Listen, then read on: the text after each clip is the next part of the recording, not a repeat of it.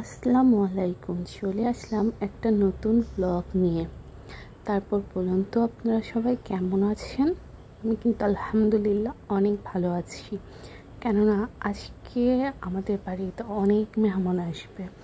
আমার মেজো ফুপুর বাড়ির থেকে, যদিও আমার ফুপু নেই, তিনি মারা গিয়েছেন, কিন্তু তার অনেক সুন্দর সুন্দর স্মৃতি আজও আমাদের মধ্যে আছে। আল্লাহ আমার ফুপুকে জান্নাতবাসী করুক, আমিন। আর এদিকে দেখতেই পাচ্ছেন যে আমার গাছের কি সুন্দর একটা ফুল। আর হঠাৎ করে দেখছি যে এদিকে আমার আব্বু কাকে দিয়ে যেন কাঁঠাল পাড়াচ্ছিল, কেননা এই কাঁঠালগুলো সবাইকে দিতে।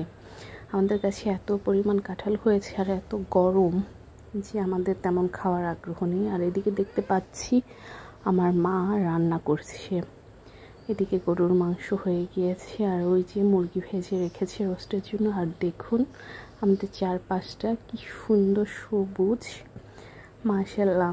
আর এদিকে দেখছি আমার মা এক এক করে সব কিছু করছে। আর এটা আমার বড় বোন চাল ধুয়ে দিচ্ছিল, মাকে হেল্প করছিল।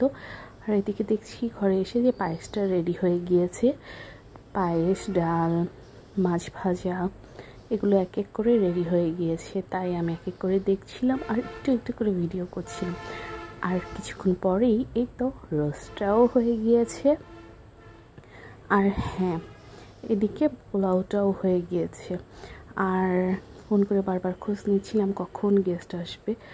আর তার জন্যই এদিকে আমার মার এই সুন্দর গ্লাসের সেটগুলোর থেকে গ্লাসগুলোকে বের করছিলাম, কেননা টেবিলটাকে সাজাতে হবে।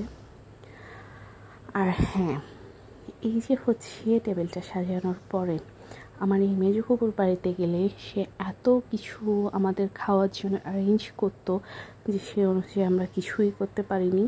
কেননা বলতে গেলে আমার মা একা একাই সব কিছু অ্যারেঞ্জ করেছে। আর আমরা তো টুকটাক হেল্প করেছি। আর গরম সম্পর্কে তো আপনারা জানেন কি পরিমাণ গরম পড়ে। আর এই হচ্ছে সব কিছু সাজানোর পরে আজকে এ পর্যন্তই। সবাই ভালো থাকবেন। আল্লাহ হাফেজ।